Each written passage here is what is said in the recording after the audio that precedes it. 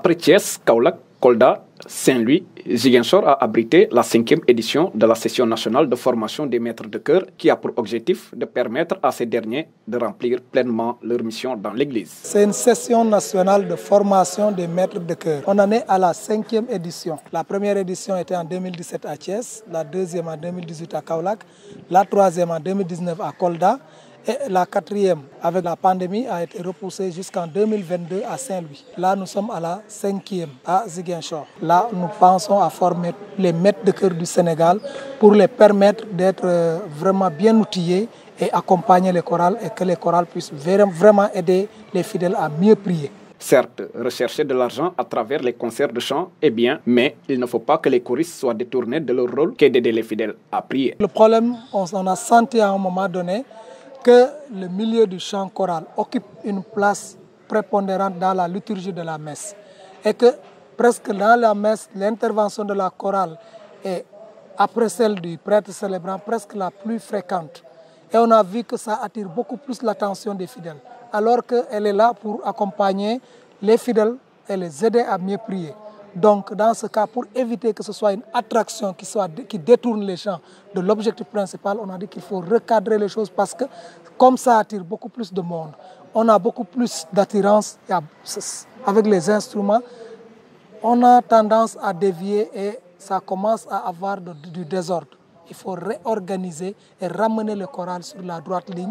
L'origine, c'est pourquoi on a créé les chorales. On est en train de sortir parce que souvent avec les concerts, oui, ça donne des finances quelque part, ça réjouit les fidèles ou les Sénégalais. Quand on fait comme Julien Jouga avec le chœur sénégalais, il a fait beaucoup de plaisir aux Sénégalais. Mais après tout, la mission principale d'une chorale liturgique, c'est d'animer une messe.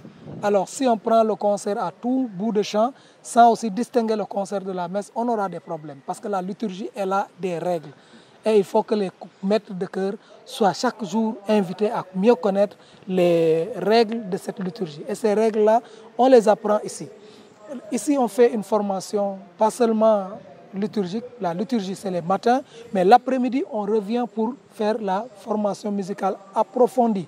Parce que normalement, le bas à bas de la formation musicale, on le fait dans les diocèses. L'objectif de cette coordination, c'est de réorganiser les chorales, de permettre que chaque entité, dans chaque zone, qu'on puisse organiser les chorales d'une manière vraiment architecturale. Ça veut dire quoi? On a au niveau national la coordination nationale. Quand vous descendez les ramifications de l'Église, vous descendez sur les diocèses. C'est comme ça que c'est organisé avec les évêques et autres. Et quand on revient dans les diocèses, il y a les doyennés. Après les doyennés, il y a les paroisses.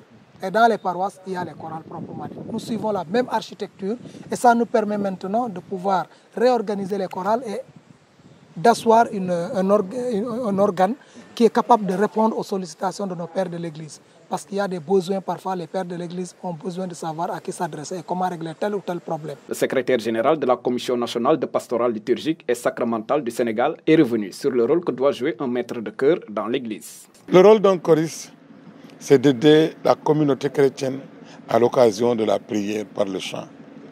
Et donc c'est fondamental pour que nous puissions recevoir, capter le message que Dieu nous envoie à travers sa parole, lui rendre grâce et le louer de tous les bienfaits dont il ne cesse de nous combler et présenter nos intentions de prière pour que véritablement la parole entendue dans la bonté de Dieu, cela puisse être à l'avantage du monde, de l'Église et de tous et de chacun, notamment en faveur de la paix.